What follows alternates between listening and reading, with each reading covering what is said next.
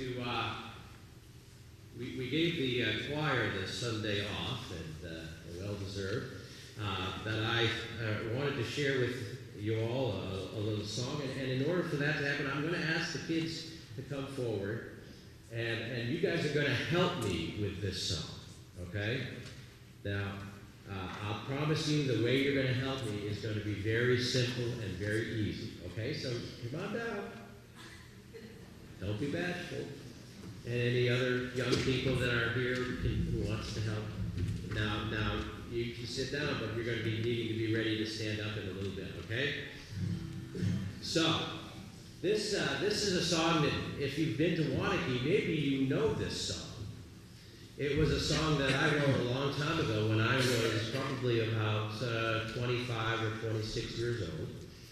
And it came out of an experience that I had where I was down in Washington, D.C. Have any of you been to our nation's capital, Washington, D.C.? It's a great place, and you really ought to go at some point and learn all the things you can learn about our nation's history there and all of that. Well, anyway, while I was there in Washington, D.C., one Sunday morning, I and the folks I was with, we went to church together. We went to a church called the Greater New Hope Baptist Church. Now, the Greater New Hope Baptist Church is a little different than the churches that probably most of us have ever gone to. It was a church where people kind of did a lot more, they were a lot more directly involved in the service. They would sing really loud, and they would clap their hands, and when somebody was talking, a lot of times they would encourage them by saying things like, "Amen," or "Preach it, brother," or "Yes, keep going," or that sort of thing. Kind of a little different than the way that we tend to worship, but, there's all kinds of different ways to worship the Lord, right? Well, anyway, while I was there going to church at this service, several people got up to pray during the service. They would say, "Well, now, Sister so-and-so," they all called each other brother and sister. "Sister Jones, would you come up and give us a word of prayer?" Or Brother Smith, come on up and give us a word of prayer. And they would come up and they would pray. Can you imagine if I asked you right now, would you come and pray? How would you feel comfortable doing that? You might be a little bit nervous about it. Or if I said to, let's see, Sister Rosemary, would you come up and lead us in prayer, right? Would you kind of get, yeah, I think I know I would. But it seemed very normal and natural to these folks. And anyway, but I kind of noticed that when they prayed, there was sort of a pattern that they followed. And the pattern went something like this. And you guys can help me out by saying amen, and all the rest of you can do that too. So they would kind of pray somewhat like this. "Lord, I thank you for waking me up this morning. I thank you that I woke clothed in my right mind. I thank you that I didn't die in the middle of the night. I thank you that you woke me up this morning, nudging me with your finger of love." Well, I'd never heard of the finger of love before. And I said, I think I want to write a song about the finger of love. And I did. And so here's that song. And I think you'll be able to pick up what I'm going to ask you to do. Have any of you heard this song before? Gordon, you've never heard it? Okay. I guess you've never been to Wanakee when they sang it. But anyway, it involves, well, just like the person prayed, that God wakes us up and nudges us with his finger of love. And I don't think that happens just in the morning when we wake up. I think sometimes God nudges us with his finger of love at any time, right? So what happens is that when you hear me singing about nudging people with the finger of love, I want you to feel free to go and nudge somebody, okay? You can be that finger of love for someone, okay? So be very nice when you nudge each other. And the grown-ups, once it goes for a little while, they might feel the spirit move, and they might want to nudge their neighbor a little bit. So, okay, so we're going to sing this song. Well, once there was a young man who was so sad and blue. He had so many problems that he didn't know what to do. Then one day he was on his way, walking to work, thinking that he was just a crazy, stupid jerk. You ever felt like that? When suddenly, nudge, nudge went the finger above. Nudge, nudge went the finger above. It came from heaven above. A nudge, nudge went the finger above. Nudge, nudge went the finger above. Nudge, nudge went the finger above. And he's never been the same. See, now that you've heard the chorus, you'll know what to do. Next time I want you to go out and find somebody to nudge. Okay? Well, once there was a young girl, her face was full of zits. She was flunking out of school, her love life was the pits. Then one day she was on her way, walking to school, thinking that she was just a crazy, stupid fool. You ever felt like that? Good for you. Your time is coming. When suddenly, nudge, nudge, go ahead and nudge your neighbor. Nudge, nudge, with the finger above. It came from heaven above. Nudge, nudge, with the finger above. Nudge, nudge, with the finger above. Nudge, nudge, with the finger above. It will never be the same. Well, once there was an old man who got fired from his job. His boss said, I don't like you. You are a lazy slob. Then one day he was on his way, standing on the dole, thinking that he was just a crazy, stupid soul. When suddenly, nudge, nudge, with the finger of love. Nudge, nudge, with the finger of love. It came from heaven above. Nudge, nudge, with the finger of love. Nudge, nudge, with the finger of love. Nudge, nudge, with the finger of love. And it's never been the same. Well, once there was an old woman who lived in a nursing home. No one would come to visit her. No one would even phone. Then one day she was on her way, sitting all alone, thinking that she was just a crazy, stupid crow. When suddenly, nudge, nudge, with the finger of love. Nudge, nudge, with the finger of love. It came from heaven above. Nudge, nudge, with the finger of love. Nudge, nudge, with the finger of love. Nudge, nudge, with the finger of love. And she's never been the same. So come on, all you people, so sad and so forlorn. Some of you are wishing that you'd never, ever, ever been born. I know you've got it bad now, but you'll never know just when the finger of love will appear from the skies and nudge you in the abdomen.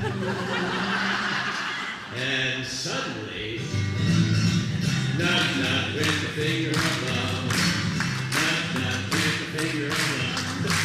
It came from heaven above. The nudge, nudge, with the finger of love. Nudge, nudge, with the finger of love. Nudge, nudge, with the finger of love. And it'll never be the same.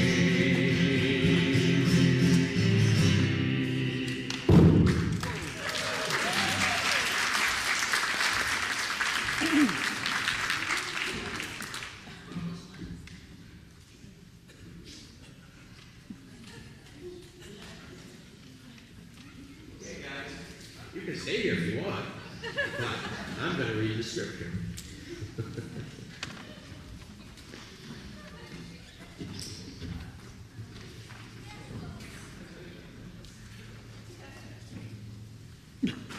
Nancy Morley and the Education Department, with some big help from the Hallelujah Bell Choir, have put together a little presentation that we're going to enjoy in a few minutes. It's based on what is, for at least many of us, a familiar story from the Gospels of Jesus feeding the 5,000, or in different Gospels it's a slightly different number. And of course we have to remember that these 5,000 that it talks about, that only counts the men, so it's probably at least 10,000. But anyway, Matthew 14, verses 13 through 21 is the story that the presentation is based on. When Jesus heard the news about John, he left there in a boat and went to a lonely place by himself. The people heard about it, and so they left their towns and followed him by land. Jesus got out of the boat, and when he saw the large crowd, his heart was filled with pity for them, and he healed their sick. That evening his disciples came to him and said, "It is already very late, and this is a lonely place. Send the people away and let them go to the villages to buy food for themselves." "They don't have to leave," answered Jesus.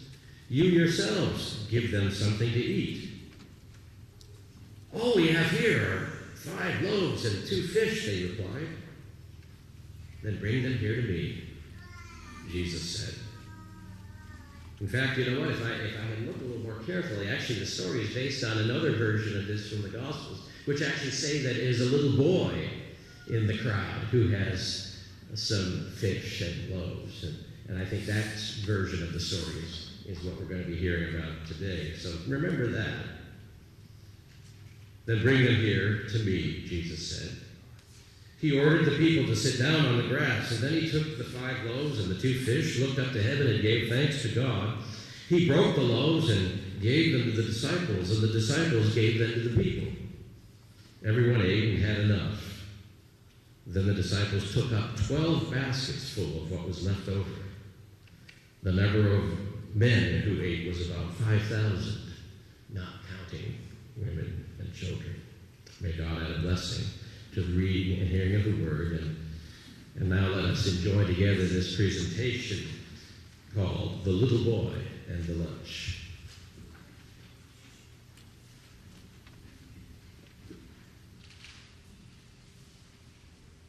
Now we do have a cast change this morning.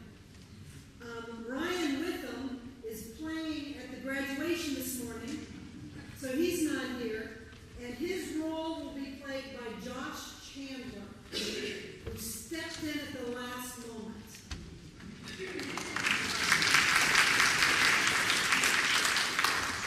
You've probably seen Josh in the paper lately. He's the youth speaker in support of music in Laconia schools. They are on.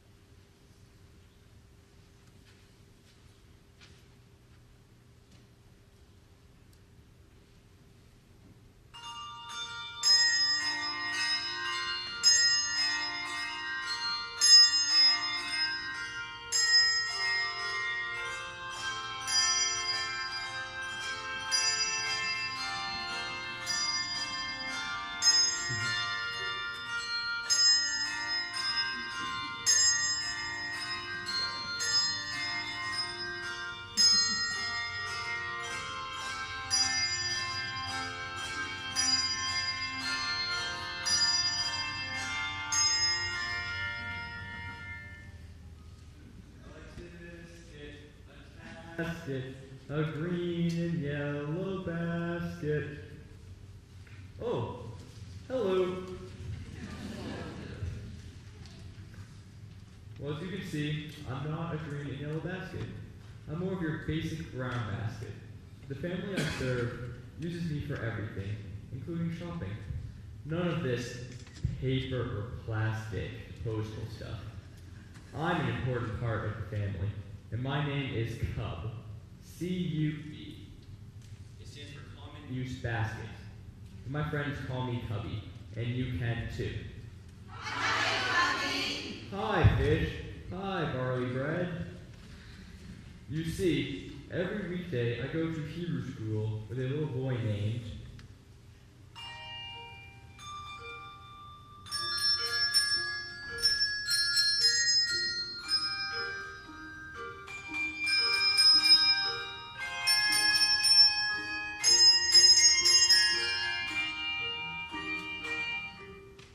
Wrong.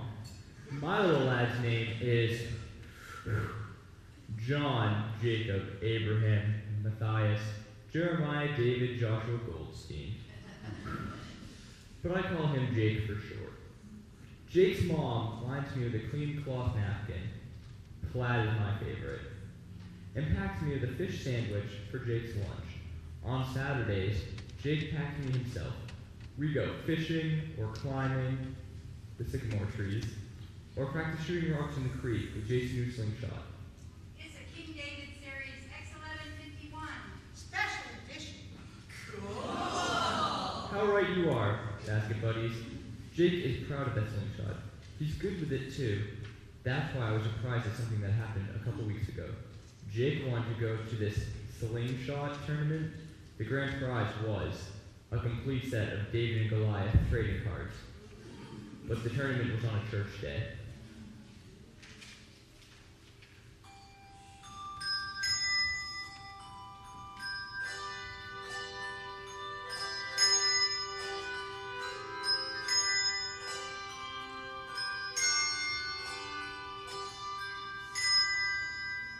Jake pleaded with his mom to let him go. But, Mom had her priorities right. She said being honored with a pack of cards didn't compare to honoring God. And that was that. End of discussion. Yes. However, she did make Jake an extra big picnic lunch. 2 whole fish and 5 loaves of barley bread.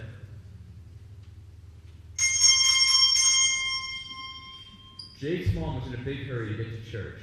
A really popular preacher named Jesus was speaking that day, and she wanted to get a good seat. She wasn't kidding. When we got to church, there were thousands and thousands and thousands of people. Finally, the trustees had to set up extra chairs in the Salmart parking lot next door. Jake's mom let him go sit up in the front with his friends. He put me down by a basket named Catch-All. That was one excited basket.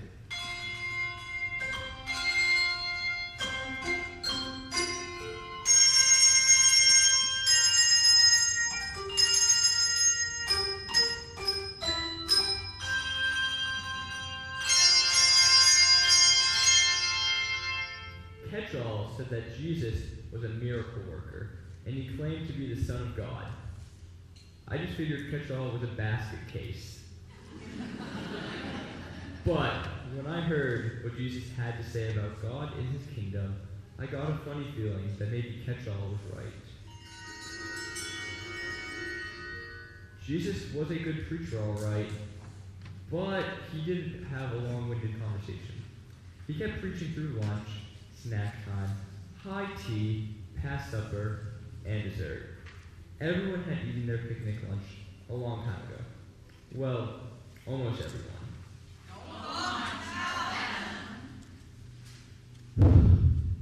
Everyone but Jacob. I guess he was tired of fish sandwiches.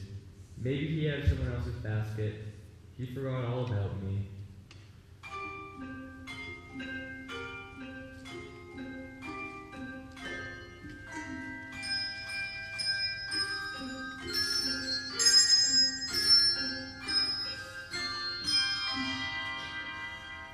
But then, the most amazing thing happened. Jesus' helpers, the disciples, pulled Jesus aside and said, Can't you hear everyone's stomach growling? They're hungry. Tell the people to go get something at the fast fish drive-thru. but Jesus looked at them straight in the face and said, You feed them. The disciples looked at Jesus like he was 2 fish sandwiches short of a Happy Meal. They knew it would take over 6 months' salary to buy enough fish sticks for all those people. They told Jesus they didn't have that much money. Jesus gave them one long look. "What do you have?" he asked. All of a sudden, someone yanked up on my handle. It was Jake. He had been listening to the whole conversation.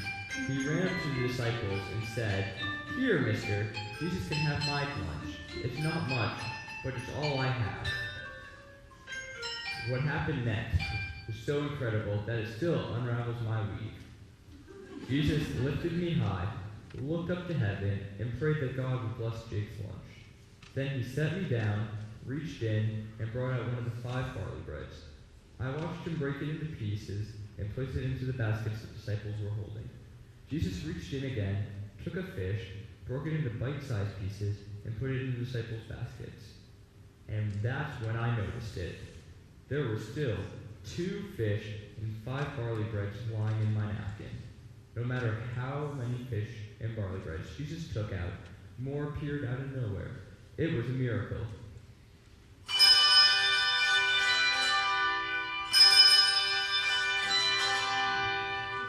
The disciples passed around the baskets, and everyone had a helping. Then the baskets went out again, and everyone had seconds, then thirds, then fourths, then, well, you get the idea. When everyone was bursting at the seams, the disciples took up 12 baskets of leftovers, including me. I never held that much food in my life. When Jake and his mom got home, they put the leftovers into 20 sandwich bags and stuck them in the freezer. And you know what Jake found at the bottom of the basket? A complete set of David and Goliath trading cards. No, I'm just kidding about those things. But what Jake did get was a memory of a miracle and the truth behind it. When we give Jesus all that we have, even if it's just a little bit, he will make it more than we can ever imagine. Oh no, there goes Jake's mom to the freezer. Oh, she's going to put some stuff in me. Ugh.